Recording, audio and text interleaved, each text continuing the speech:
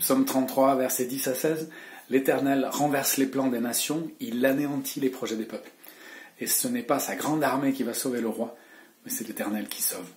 Voilà, c'est dans le psaume 33, les versets 10 à 16, c'est le troisième jour de ces 40 jours qui nous préparent à vivre Pâques, et on veut se souvenir en fait que l'Éternel renverse les plans des nations. Voilà.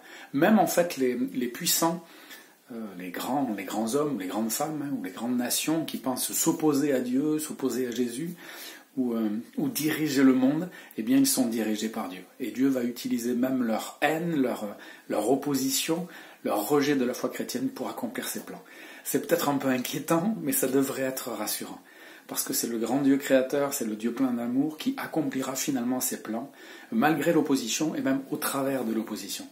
Voilà, et puis se souvenir que c'est pas notre grande armée, enfin je ne sais pas si vous avez vous une grande armée, mais la force qu'on a qui va nous sauver, c'est la force de Dieu.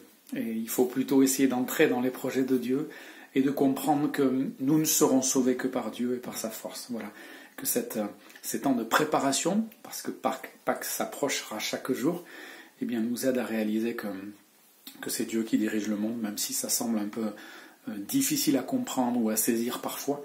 On est impressionné par le déchaînement du mal, mais on oublie que Dieu veut nous aider à voir aussi ce qu'il est en train de faire.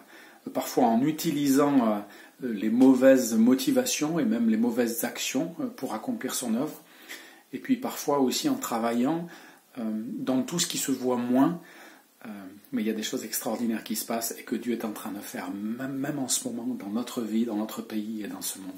Voilà. Et souvenons-nous que la véritable force, elle est en Dieu, elle n'est pas dans la grande armée du roi, ou dans notre force extraordinaire, ou dans nos talents, mais elle est dans ces talents mis au service de Dieu, dans nos petites forces que Dieu va utiliser, mais surtout dans sa grande force qui renverse tout et qui accomplira ce qu'il a prévu.